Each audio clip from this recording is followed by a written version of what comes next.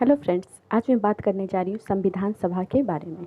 भारत का जो भारतीय संविधान सभा जो बना था, जिसका निर्माण किया गया था, वो एक अंग्रेजों द्वारा एक मिशन लाया गया था, कैबिनेट मिशन। उसकी संस्तुति के आधार पर निर्माण किया गया था। और ये जो कैबिनेट मिशन था, ये भारत में जुलाई 1946 ईस्वी को आया था। और इसके जो सदस्य थे वो थे सर स्टफर्ड क्रिप्स और पैंथिक लॉरेंस और AB अलेक्जेंडर। अब भारत के लिए जो संविधान सभा की बात की गई थी कि हाँ, एक संविधान सभा हो जिसके थ्रू हम संविधान का निर्माण कर सकें, ये भारत में विचार सर्वप्रथम जो आया था वो स्वराज पार्टी ने 1924 में ही प्रस्तुत किया गया था। हालांकि ये उस टाइम पे कार्यरत नहीं हुआ, लेकिन विचार प्रस्तुत कर दिया गया था। और संविधान सभा के जो सदस्यों की बात की गई थी, तो टोटल जो इसमें सदस्य निश्चित किए गए थे वो 389 थे। और इनमें से 292 जो थे वो ब्रिटिश प्रांत के प्रतिनिधि थे। ब्रिटिश प्रांत वो थे जो कि प्रांत यानी जिसको बाद में राज्य का नाम दिया गया था, ये ब्रिटिशों के अधीन थे। तो ऐसे 292 थे। 4 चीफ कमिश्नरी थे और 93 जो थे 93 वो देसी रियासतों के प्रतिनिधि थे, यानी जिसमें राजा रजवाड़े हुआ करते थे। और ये जो कैबिनेट मिशन आया था, इसके अनुसार जुलाई 1946 ईस्वी में संविधान सभा का चुनाव हुआ, जिसमें 389 सदस्य, जैसा कि मैंने आपको बताया है, वो निर्धारित किए गए थे। इसकी जो पहली बैठक हुई थी संविधान सभा की, वो 9 दिसंबर 1946 को की गई थी। ये क्वेश्चन आता है एग्जाम में। तो ये पहली बैठक कब हुई थी? 9 दिसंबर 1946 को। और ये नई दिल्ली में हुई थी जो बैठक हुई थी। और हैदराबाद जो थी एक ऐसी देसी रियासत थी जिसके प्रतिनिधियों ने संविधान सभा में भाग नहीं लिया था। इन्होंने मना कर दिया था भाग लेने से।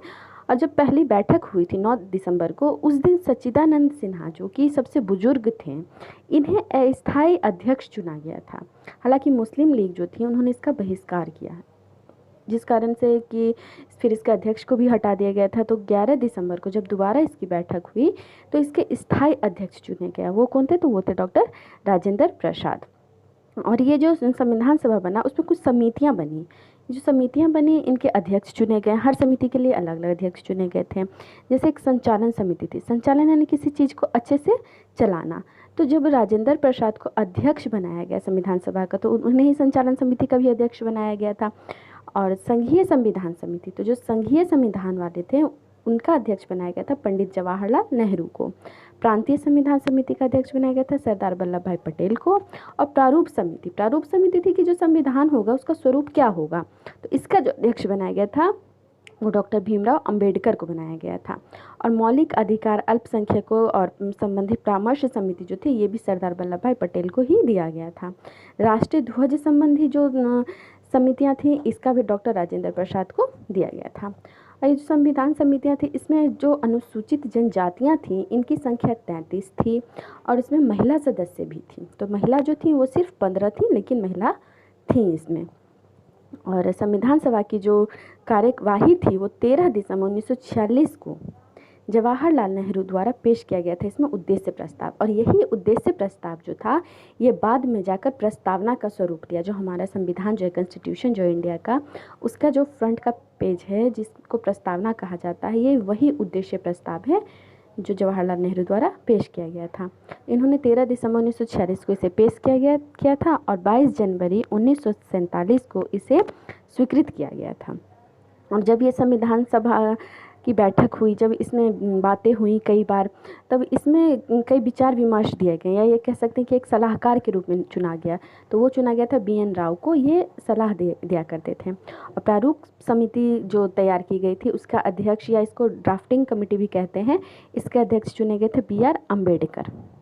BR अम्बेडकर को प्रारूप समिति का अध्यक्ष माना गया था। इसीलिए जब भी ये बात आती है कि संविधान सभा के अध्यक्ष कौन थे, तो हम कंफ्यूज होकर वहाँ पे BR अम्बेडकर कह देते हैं। लेकिन संविधान सभा के अध्यक्ष डॉक्टर राजेंद्र प्रसाद थे और प्रारूप समिति के अध्यक्ष जो थे वो थे BR अम्बेडकर। जब भारत आज़ाद नहीं था, यानी 1946 तक, तब तक ये BR अम्बेडकर जो थे, ये बंगाल क्षेत्र के प्रतिनिधि के रूप में आते थे। और जब भारत का बंटवारा हो गया 1947 के बाद, उसके बाद BR अम्बेडकर को बम्बई से निर्वाचित किया गया था। फिर वो बम्बई से आते थे। और संविधान निर्माण की जो प्रक्रिया थी, यानी हमारा जो संविधान बन के तैयार हुआ था, उसमें 2 वर्ष 11 महीने 18 दिन का टाइम लगा था। इतना टाइम इसीलिए लगा था कि ऑलमोस्ट 200 वर्षों तक भारत गुलाम रहा। इतने लंबे गुलामी के बाद हमें एक ऐसे संविधान की आवश्यकता थी जो बिल्कुल इस रूप से हो कि देश को सही तरीके से चलाया जा सके, इसीलिए इसके निर्माण में इतना टाइम लगा था। और संविधान जो था यह हमारा 26 नवंबर 1939 को ही बनकर तैयार हो गया था, लेकिन इसे पारित नहीं किया गया था, इसे स्वीकृति कर दिया गया था। इसीलिए हम 26 नवंबर को संविधान दिवस के रूप में भी मनाते हैं। और इसे जो पारित किया गया था, लागू जो किया गया था, वो किया गया था 26 जनवरी 1950 को, यानी 2 महीने बाद।